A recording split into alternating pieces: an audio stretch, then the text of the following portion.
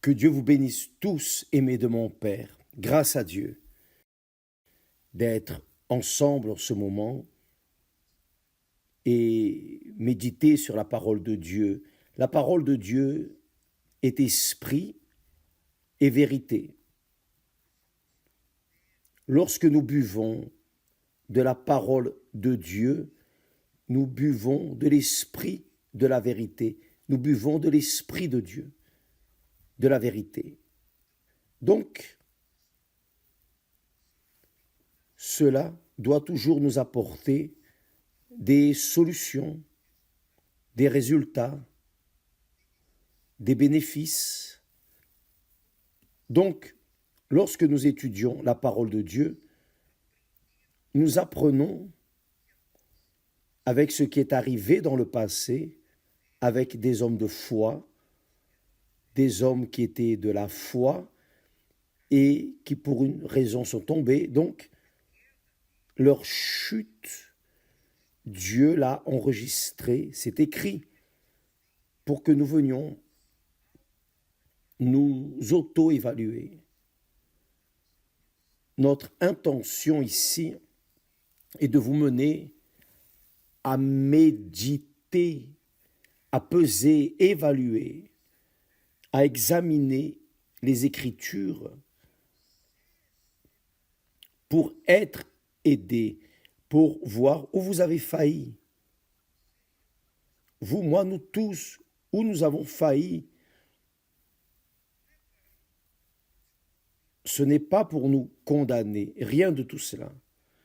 C'est pour que nous venions être sauvés.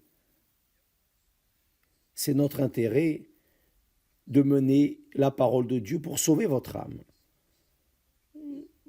Tout comme il a sauvé et sauve mon âme. Donc, beaucoup de personnes allèguent, évêque, je sais qu'il y a beaucoup de personnes qui disent que vous êtes sortis de votre église, de votre première église. Vous êtes sortis aussi de là. Et pourquoi êtes-vous sortis? Beaucoup de personnes ne connaissent pas notre histoire. Je ne suis pas sorti parce que j'ai voulu sortir de mon église, que j'aimais beaucoup. Et je ne me suis pas détourné du chemin après. Je ne suis pas sorti parce que je voulais sortir. Je suis sorti parce qu'ils ne m'ont pas accepté. Ils m'ont rejeté. C'est cela même. Juste pour que vous ayez idée, l'évêque de mon église ne voulait même pas être le témoin de mariage de mon épouse. Il ne le voulait pas. Il pensait que c'était un absurde, mon mariage, qu'Esther se marie à moi, car il ne croyait pas en moi en aucune façon. Je ne vais pas dire son nom, car ce n'est pas bien, mais il était un homme intelligent. Il était un homme sage. C'était un évêque. Les autres pasteurs, les autres qui étaient dans la direction, ne croyaient pas en moi. Et vous savez ce qui s'est passé avec moi. Je suis arrivé à leur parler, j'ai dit, évêque, avec Esther. Un jour, nous sommes allés parler avec lui, et j'ai dit, évêque, je voulais dire le suivant, je n'accepte pas d'entrer dans la présence de Dieu ici, aller vers l'autel, adorer Dieu, et en même temps, en moi, une révolte énorme brûlait en moi. Car je pensais comme ça, ce n'était pas juste. Vous n'êtes pas en train d'être juste, car une demi-douzaine de personnes, ici dans ta présence, je peux entrer dans ta présence. Il y a même un hymne qui dit « Je peux entrer dans le Saint-Lieu », etc. Et comment puis-je entrer dans le Saint-Lieu et adorer l'Éternel en sachant que là dehors, il y a des millions et des milliards de personnes qui ne te connaissent pas. Je n'accepte pas cela. J'étais révolté et je sortais quand nous sortions de l'église, de la réunion, les mercredis, car nous étions fidèles mercredi et dimanche. Nous sortions révoltés. Je sortais révolté. Esther, non. Esther venait en chantant. Et moi, j'étais révolté, conduisant la voiture, mais révolté. Pourquoi? Parce que ils n'ont pas voulu me donner une chance de mener la parole de Dieu aux personnes, là dehors. Ils se préoccupaient avec les personnes de l'intérieur, non les personnes qui étaient dehors. Donc, quand c'est pas seulement un évêque, non, mais quand ils n'ont pas accepté, j'ai dit alors je vais sortir, je vais partir, parce que si Esther veut rester, je lui ai même dit devant elle, elle peut rester, mais moi je vais partir, je vais courir après les âmes. Je n'ai pas reçu le Saint-Esprit pour parler en langue. Je n'ai pas reçu le Saint-Esprit pour sentir la joie de la présence de Dieu. Non, le Saint-Esprit est venu pour moi, pour que je puisse le donner à d'autres personnes. J'ai bu de l'eau de vie pour que d'autres puissent en boire. Donc, je vais sortir.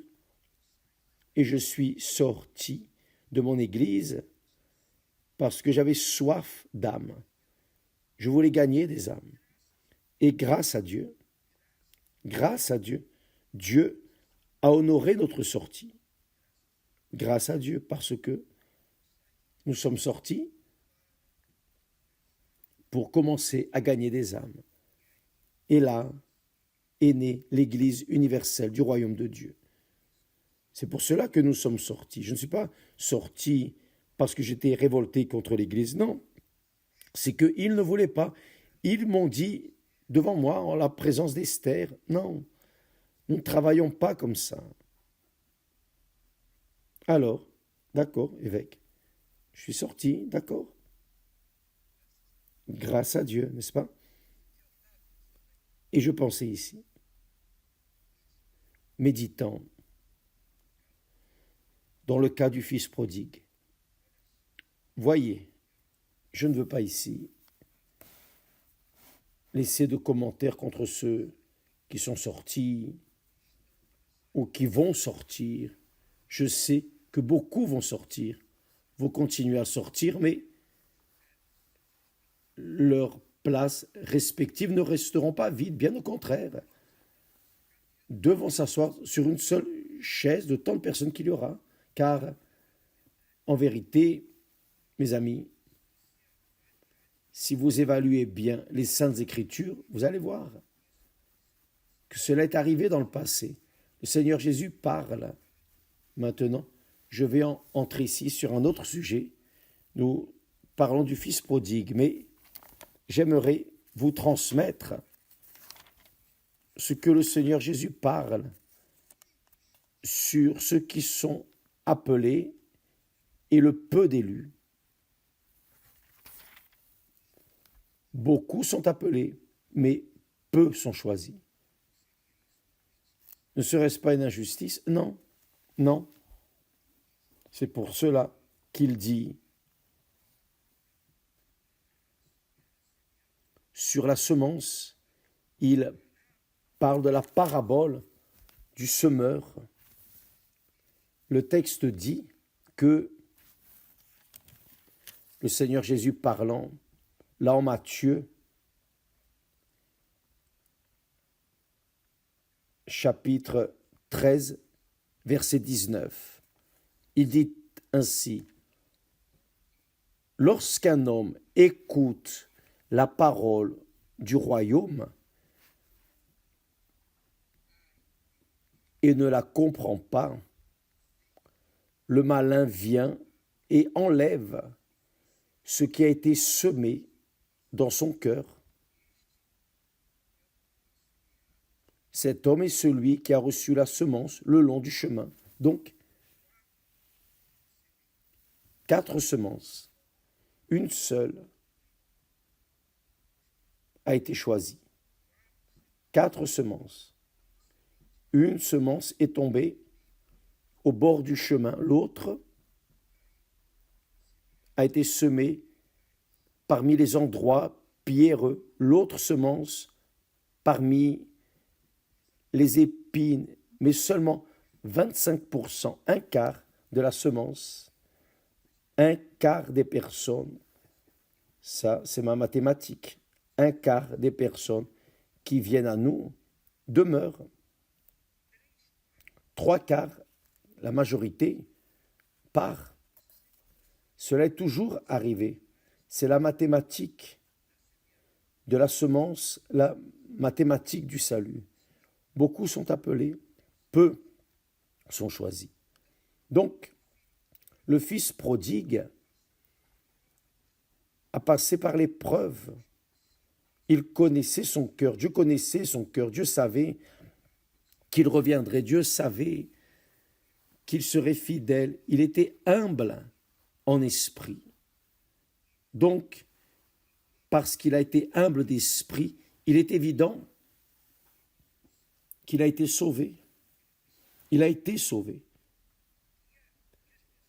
Et les personnes, les trois quarts de personnes qui ne sont pas sauvées, il leur manque l'humilité, il leur manque la reconnaissance, car comme dit le Seigneur Jésus, heureux les pauvres en esprit.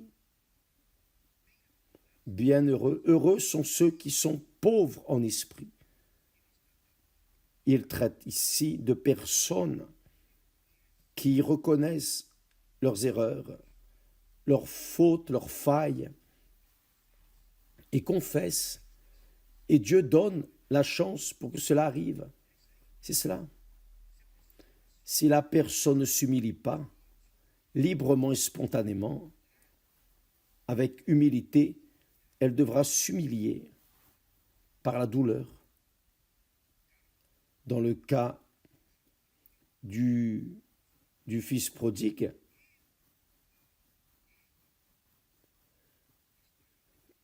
il était bien dans la vie, il était orgueilleux, pédant, car il avait des conditions.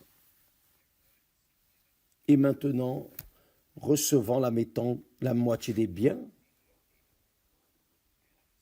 comme héritage, il est allé vivre une vie pleine, une vie loin du père, de la famille, de la maison, pour vivre une vie en liberté.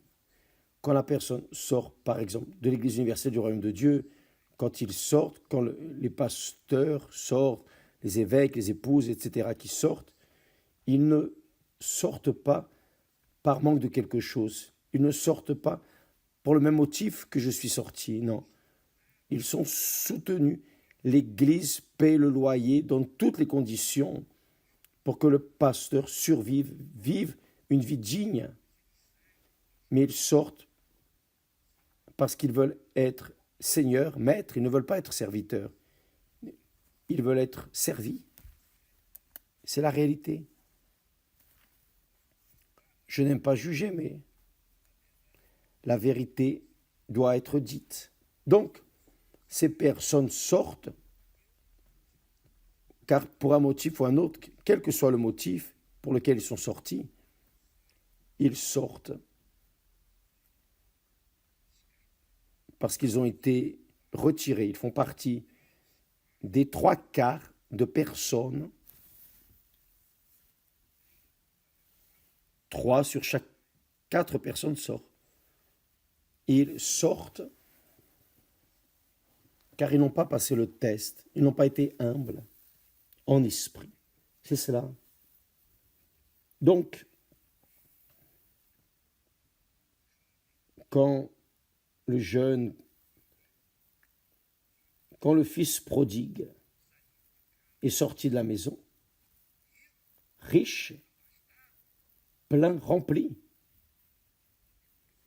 ensuite, il a tout dépensé, car tout ce que nous gagnons dans ce monde reste là, se perd. Tout est passager. Tout est passager. Nous prêchons l'Évangile depuis 62 ans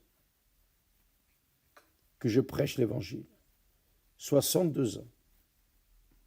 Donc j'ai beaucoup vu cela. dans mon ancienne église, et je le vois dans l'église universelle, malheureusement. Pourquoi? Parce qu'ils ne veulent pas être serviteurs, ils ne veulent pas servir. Ils n'ont pas embrassé la cause du Seigneur Jésus. Pour être serviteurs, ils ont embrassé la cause pour être Seigneur. Que puis-je faire? La porte qui est ouverte pour l'entrée est ouverte pour la sortie. Personne n'est obligé. L'Église donne toutes les conditions.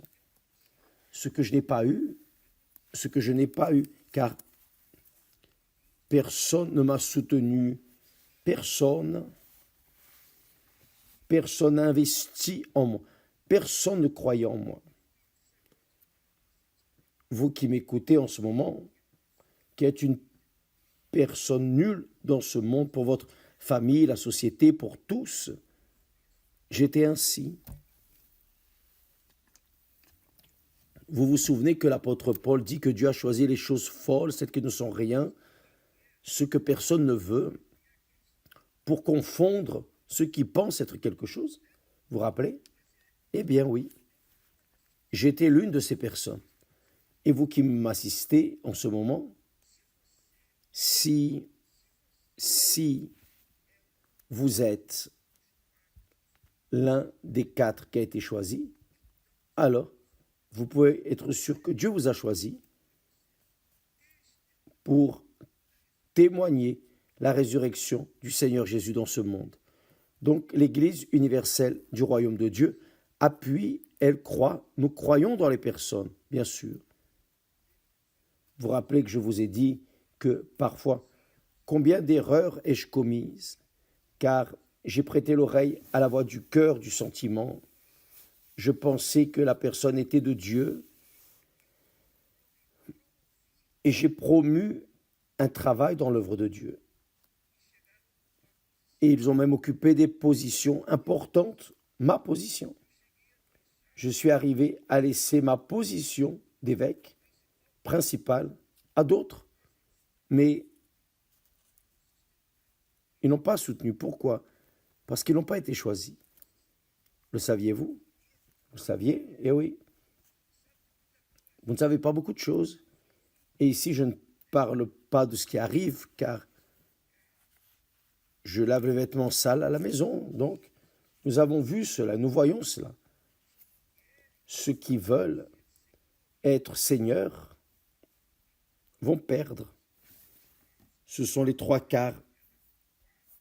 3 en 4 personnes veulent être seigneurs et pas serviteurs. 1 seul sur 4 veut être serviteur, veut servir. Donc cela, nous investissons lourdement. Il ne leur manque rien pour gagner des âmes, car je sais combien vaut une âme. Oh, combien vaut une âme, elle n'a pas de prix. Pour moi, ça vaut tout ce que j'ai, tout ce que je peux investir, je vais le faire pour que d'autres personnes aient ce que Dieu m'a donné. Je veux vous donner ce qu'il m'a donné. Tout ce qu'il me donne, je vous le transmets. Maintenant, qui a du bon sens, prend et l'applique dans sa vie. Qui n'en a pas, patience, que vais-je faire? C'est une question de choix. Chacun fait ses propres choix. Le salut est une question de choix. Ce n'est pas que Dieu, je vais élire celui-là, je le tirer au sort, celui-là sera sauvé. Non, Dieu donne la chance à tous. Quand le fils prodigue est arrivé au père, « Oh père, donne-moi mon droit, je pars ». Le père n'a pas argumenté, « Mon fils, ne fais pas ça ». Non, le père a donné. Le père a répondu. Il est allé. Le père savait qu'il allait faillir et qu'il reviendrait gémissant. Et qu'il reviendrait et qu'il serait bien reçu. Maintenant, qu'est-ce que le père pouvait faire pour maintenir cet enfant à la maison? Rien. C'était sa volonté. Donc Dieu respecte notre volonté. C'est la volonté du cœur. Quand nous parlons du cœur trompeur, cruel, pervers, pire que toutes les choses, c'est le cœur ingrat, sale, immonde. Mes amis, ça c'est le cœur de l'être humain. Mais lorsqu'il est éprouvé, il sera approuvé ou réprouvé. Donc, ceux qui sont sortis sont maintenant en train de manger le pain que le diable a amassé, c'est la vérité. Et que peut-on faire? Rien. C'est eux qui ont choisi. Donc, mes amis, faites très attention. Le salut est une question de choix, de décision que chacun de nous doit prendre. Ce n'est pas une question de ce que l'on sent ou pas. Je ne sens pas Dieu. Je ne vois pas Dieu. Je ne touche pas Dieu. Mais j'ai la certitude, et cette certitude n'est pas quelque chose de personnel. J'ai attrapé. Non, c'est le Saint-Esprit qui me l'a donné. C'est lui qui nous donne cette foi, cette certitude, cette conviction.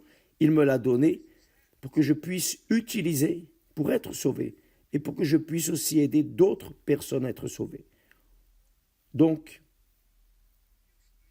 Dieu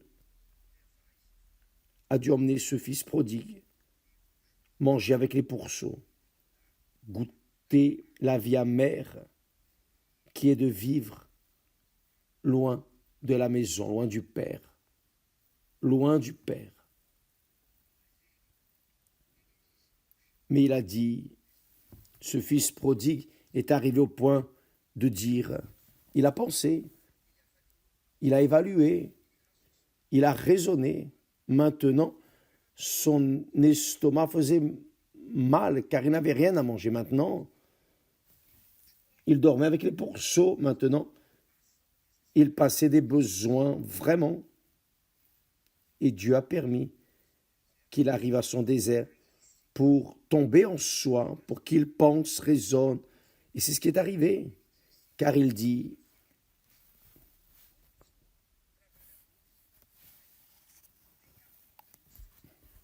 combien de mercenaires chez mon père ont du pain en abondance, et moi ici je meurs de faim. Je me lèverai, j'irai vers mon père. C'est-à-dire, je retournerai chez mon père, et je lui dirai, mon père, j'ai péché contre le ciel et contre toi. Je ne suis plus digne d'être appelé ton fils. Voyez, il savait qu'il n'avait pas de dignité pour l'appeler père. Traite-moi comme l'un de tes mercenaires. Traite-moi comme l'un de tes serviteurs. Il s'est humilié, mais il a dû descendre au fond du puits. Et ce sont ceux-là que Dieu rachète, ceux qui sont au fond du puits, gémissant. Peut-être que vous me regardez en ce moment depuis une prison et vous pensez, le diable souffle ses pensées, oh, il n'y a plus rien à faire pour toi, tu vas mourir ici. Le diable souffle un tas de pensées. Ne croyez pas dans ces doutes, non. Croyez dans la promesse de Dieu.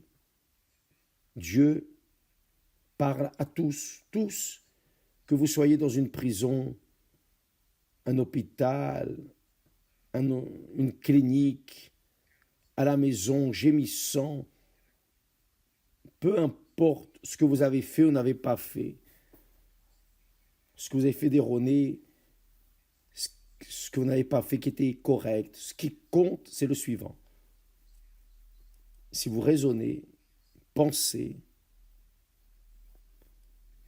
et ne regardez pas ce que vous sentez ou ne sentez pas dans votre cœur, regardez ce que Dieu a promis. Regardez-vous dans ce miroir des promesses de Dieu. Croyez en elles et tournez-vous vers lui. Quand le Fils est revenu, le Père l'a vu de loin et a couru l'embrasser. Le Père, quand il l'a vu arriver, le fils qui sentait mauvais, peu importe. Il a dit d'amener des vêtements propres, des sandales, lui mettre une bague qui est l'honneur. Enfin, le père l'a reçu avec tout l'amour, toute la douceur. Mais il l'a reçu car il est revenu librement et spontanément. Le fils est revenu librement et spontanément. Il n'a pas été accroché, il n'a pas été amené par la force. Non, il est venu de ses propres jambes, les jambes qui l'ont emmené à sortir de la maison sont les mêmes qui l'ont ramené de retour, car sa tête a pensé, a raisonné. Il n'a pas pensé avec le cœur, il a pensé avec la tête. Combien de mercenaires de mon père ont du pain en abondance, et moi ici je meurs de faim. Mes amis, nous allons avoir une campagne de prière, de clameur pour ceux qui sont dans la situation du fils prodigue. Pour les fils prodigues, je ne sais pas qui est le fils prodigue. Certainement, beaucoup sont là, nous regardant, qui font partie de ceux qui sont peu appelés et élus. Donc, nous allons lancer les filets, nous allons lutter, nous allons prier le 30, le dernier jour de ce mois, le 30 dimanche, dernier dimanche, août, nous serons en train d'unir notre foi, toute l'Église universelle du royaume de Dieu dans le monde entier, pour, qui sait, notre voix, notre cri, notre clameur arrive à ceux qui mangent les carouges des pourceaux, dormant avec les pourceaux, et qui veulent une chance de se tourner vers Dieu. Ce n'était pas se tourner pour devenir pasteur de nouveau, non, mais se tourner vers Dieu, pour manger dans les mains de Dieu.